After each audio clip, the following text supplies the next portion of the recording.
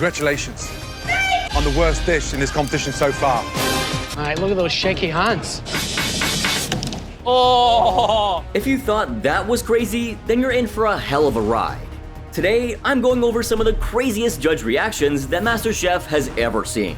And this contestant made Joe feel so homesick that he actually started to speak Italian out of habit. Benvenuto alla cucina di MasterChef. Grazie, amico mio. Prego. So I'm talking about Season 10, Episode 1, when one contestant who was unsure of his own skills managed to impress the judges during the auditions. Most people eat to live, we live to eat. His name, Kenny.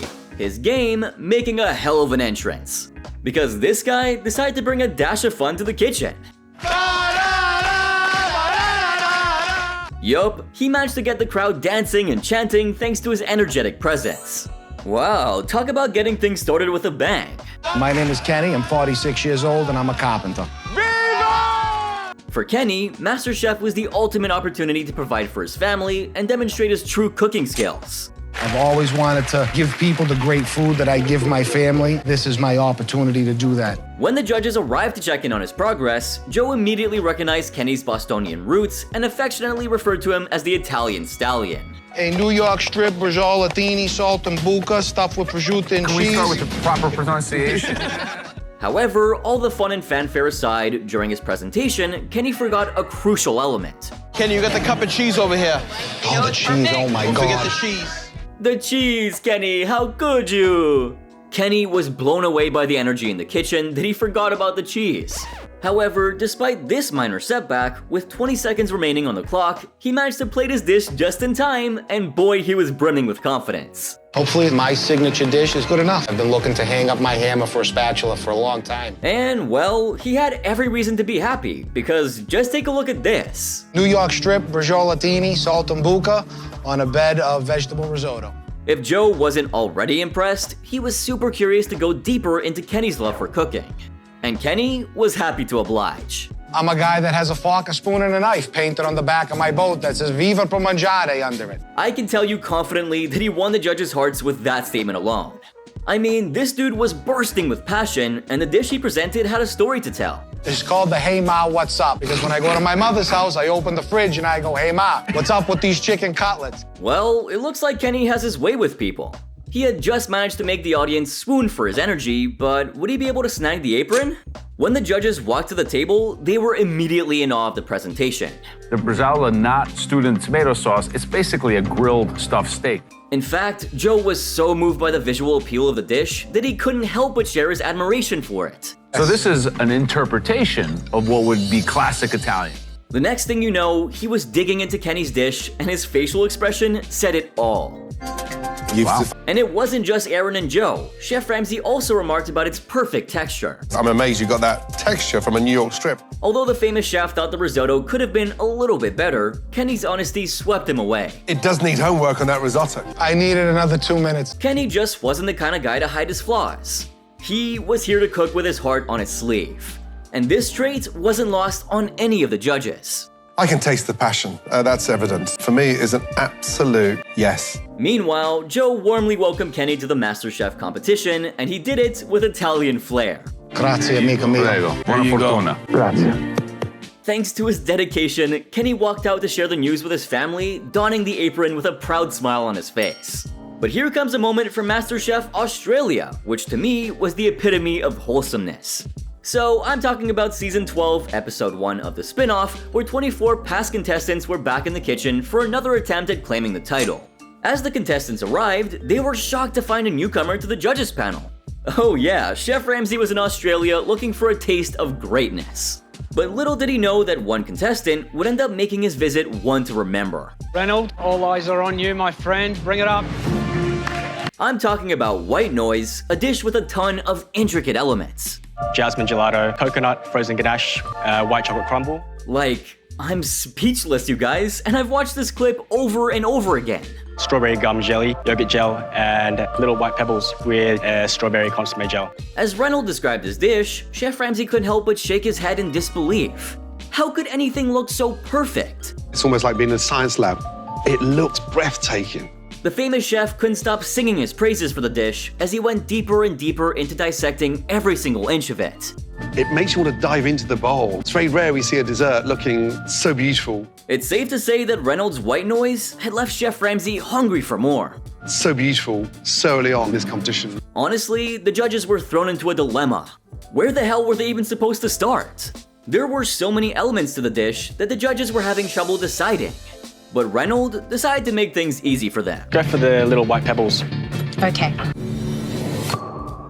And as he cracked it open, the judges were taken aback. Absolutely gorgeous. Wow. Now, who saw that coming? A burst of red right in the midst of this immaculate white dish? Each of the judges took turns to taste the dish one after the other, but none of them were willing to share their feedback as of yet. With every second that passed, Reynolds' heart was racing. Would the judges like the taste, the texture, the overall feel? In fact, it tastes actually better, which is very hard for dessert when so pleasing to the eye. Jock went all in and quickly described what worked for him best, and it was only compliments all the way. Your technique throughout all the components is perfection. Well done, mate. But wait till you hear what Melissa had to say.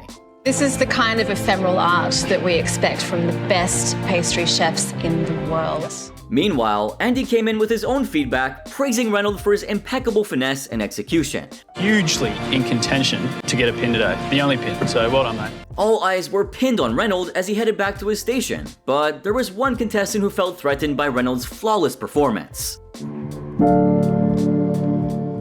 While generally everyone was applauding Reynolds' feat, Jess felt devastated. As she looked at her own dish, she was washed over by a wave of insecurity. Like, what an act to follow, right? So, honestly, who could blame her? My dessert hasn't got that theater of the pink petal that I wanted. And yeah, she was unfortunate enough to be called up right after Reynolds, who completely stole the show. Still, Jess bravely stepped up to face the judges. But Jock was quick to notice that something was amiss. Come here. It's all right. Hey, it's fine. Don't we all miss this guy?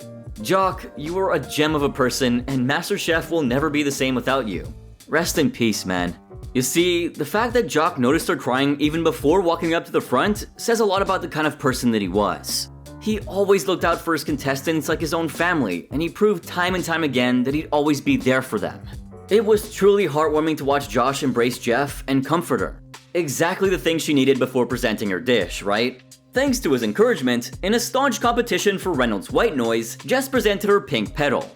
And what's missing? The tempered chocolate was supposed to look like a flower. Is that the bit you're upset about? Yeah. Jess's dish wasn't complete, at least not to her expectations. But Chef Ramsay always speaks his mind. Always. The petals. Okay. That is delicious. Damn, what a turn of events. Chef Ramsay's comment immediately lit up Jess's face, and boy did she deserve it. I didn't travel 12,000 miles for a petal, let me tell you. And no, he didn't stop there. Nothing to cry over, except tears of joy. I love it. Meanwhile, Jock and Melissa also shared their feedback, and Jess couldn't believe her ears. You set out to achieve 9 elements on the plate, and they're on the plate. You nailed it. I mean, what more could you ask for? But what happened next was truly heartwarming. 21. God bless her. Yup, that's the spirit of MasterChef for you.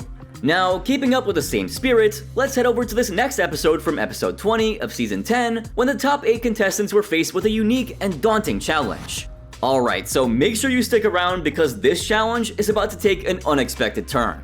And when I say unexpected, I mean it. So, at the start of the episode, the judges went around asking each of the contestants the driving force behind their passion for cooking. And one contestant's reply managed to tug at their heartstrings. I have to do it for me. Opportunities don't come often like this. As tears welled in her eyes, you could see that Dorian meant every single word that she said. But let's not forget that this was the elimination round and the stakes were as high as ever, no matter how many tears everyone was crying. Daphne Oz stepped up to the front to present the Mystery Box Challenge, and it was nothing like you've ever seen before. Lift! Hey. The challenge was to create a mind-blowing dish, but it had to be a one-pan wonder. And it had to be in an hour. While Brie decided to make a pan-seared salmon, Mika took a huge risk by making a cracked pepper-crusted filet mignon in the cast iron pan. But as the clock ticked down, Aaron and Joe were quick to point out that Mika was going to be cutting it real close. When they asked me what I wouldn't do, sear a filet in a cast iron pan. You're taking a big risk here, Micah, you know that. And oh, I forgot to mention the best part. The top dish would be featured on the Family Circle website. Meanwhile, when Aaron and Joe paid a visit to Supa Station, he was busy preparing a classic Indian shrimp dish. You will see me very calm today. Today is your day, Supa. Yes. Good luck. And Noah was working on a Chinese frittata, a dish that Daphne seemed to really enjoy. But Chef Ramsay, however, had more than a few concerns. Seems a little bit simple, especially on a night like tonight. This is going to be elevated in a way you've never had a frittata. Moving on to Sherry, she decided to make an Indian chickpea curry, wanting to reconnect with her Indian roots.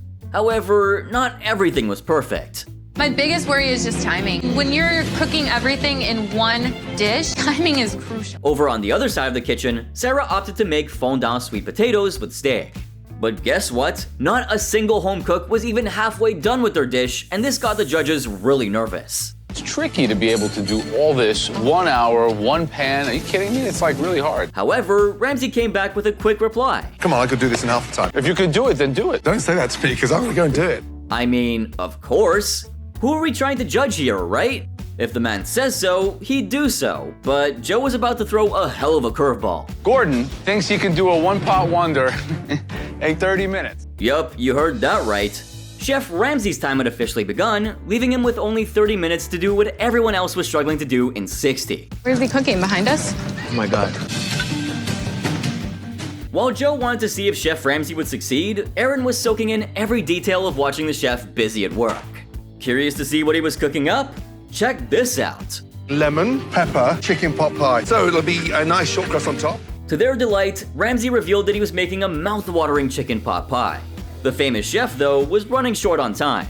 How is he going to get it reduced and caramelized? If he can really get that developed flavor, I'd be really impressed. As the final 60 seconds approached, the tension in the kitchen was palpable. The contestants were busy plating their dishes with a sense of urgency, while Chef Ramsay waited until the very last second before placing his delectable pot pie on the stove.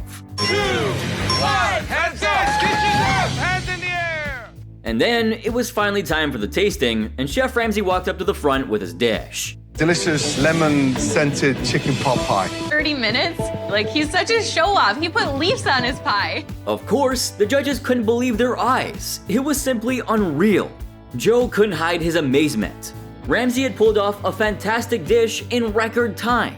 I'm actually a little bit surprised at how you were able to do that. It feels like really it's been cooking for 3 hours. Right. Good job. Well, of course, there's a reason why the man is at the top of the culinary scene, huh? Challenging the famous chef, only to have him completely destroy it, is something Joe's not gonna forget anytime soon. I mean, who'd ever dreamt to see Chef Ramsay as a contestant, right?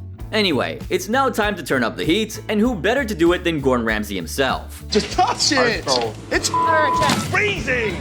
It's the second time! Okay, take it from me, you guys, you're in for a treat with this one. In Season 12, Episode 17, the remaining 6 chefs stepped into the world of Wolfgang Puck's prestigious restaurant, Spago. We're out of the MasterChef kitchen, so we have to be doing something somewhere that's really upscale. Chef Puck set the bar really high, demanding nothing but the utmost professionalism and the best dishes from the contestants. You're gonna put the reputation of Spago on the line. I expect only the best. The teams were chosen by the judges, with Christian and Willie leading the red team and blue team respectively. Christian's red team consisted of Emily and Dara, while Willie's blue team included Shanika and Michael. And what was their mission? Each team will be cooking 2 appetizers and 2 entrees from Spago's world-famous restaurants. No pressure, right? To help them along the way, Wolfgang Puck demonstrated the preparation of the first appetizer. And that was crispy scale bass with glazed daikon, bok choy, grilled mushroom dashi, and the contestants were gawking to see the man himself at work. So, we gotta bring our A game. And there you go, the most amazing pan-roasted scallops. I mean, talk about a culinary masterclass. For the main courses, the chefs had to make a choice between duck breast with smoked parsnips and maitake mushrooms, or pan-seared veal chop with shelling beans, black garlic, and veal jus. Both dishes sound absolutely divine, but it wasn't gonna be a cakewalk, far from it. Plus, Chef Ramsay claimed that none of the dishes would leave the kitchen without his approval, Hell's Kitchen style. I love when I have somebody yelling for me, so you look like the nice guy, right, Chef? To add to the excitement, Wolfgang Puck himself would be dining in the restaurant. Tasting your versions of his dishes. There was literally zero room to hide. If someone wasn't up to the task, it would be glaringly obvious. While the red team started off strong with their sea bass, things quickly took a turn when Dara served up some ice-cold fish. Just stop. That's undercooked. It won't even separate. That's not what Wolfgang introduced to any of us. And the famous chef was really digging into his Hell's Kitchen roots with this next move. I'm firing up another sea bass. Refire, yeah. Refire. That definitely had to be a wake-up call for the red team. On the other hand, the blue team was struggling with getting their scallops cooked to perfection. I'm being pushed to push out scallop, and I know they're not ready. Ice cold. Who put that on a plate? I did, Get Chef. one more in, please. Let's go. But the blunders didn't stop there. Michael's incomplete plate of scallops landed the team in hot water. Just touch it. That's freezing. Like, are we sure this isn't a lost episode of Hell's Kitchen? With time, Chef Ramsay's frustration grew further as he urged the blue team to nominate a new captain or get out of the kitchen entirely. Your voice is non-existent. Your timing is way off, and your standards are zero. Finally, Willie got his act together and stepped up to the plate. He took charge and reorganized his team before they even thought about sending out the entrees. However, even with the reorganization, the blue team encountered another setback when Wolfgang Puck himself criticized their veal dish. It's raw. How we doing, Chef? Look at that. Raw. Okay. Yeah, that's gotta sting, huh? Despite their efforts to reorganize and pull themselves together as a team, the team fell short with a whole lot of undercooked duck. Sorry, chef. No, just stop. Just stop. That's not right. As the tensions continued to rise in the blue team, Shanika was frustrated at Willie and believed that Michael and herself would have been better off by themselves. We cannot have the owner of this restaurant wait. All right, where's that Get this out and get it right. In the end, it wasn't really surprising to see Christian's red team sweep the win, as Willie was asked to leave the competition then and there. You see, all it takes is one wrong call and it could send you home packing. While Willie didn't spare a moment to drive Chef Ramsay up the wall, here comes a contestant whose seafood stew left Chef Ramsay in splits. Aside from being the king of the culinary game, if there's anything Chef Ramsay's known for, then it's for how savage he can be. But trust me, I never imagined he'd be capable of something like this. There's two things I like about this dish. It's white and it's round. Hilarious, I know. But at least he said it to her face, right? So, that's something. But the next contestant who walked in had a lot of promise. Right from her smile to her attitude, she was radiating confidence. However, Joe wasn't exactly impressed with what she brought to the table. While initially he found it confusing, he couldn't help but spit it out behind her back. But hey, Joe often exaggerates more than necessary even on a good day, but this time, it was Chef Ramsay's turn to steal the show. Ramsay first congratulated the contestant for her extraordinary dish, and you have to see her reaction. Congratulations. Oh yeah, she sure as hell looked excited. I mean, this is what she came for after all. But what Chef Ramsay said next crushed her. On the worst dish in this competition so far. Yeah, even for Chef Ramsay, that was really cruel. So, could you think of more times when the judges were at the top of their game? Make sure to let me know in the comment section down below. Who knows, I might even feature your suggestions in my upcoming videos. You could also leave me a message on my social media pages, and as usual, don't forget to drop a like, subscribe, and turn on my post notifications. And hey, if you thought this video was insane, wait till you see the next one since it's even crazier.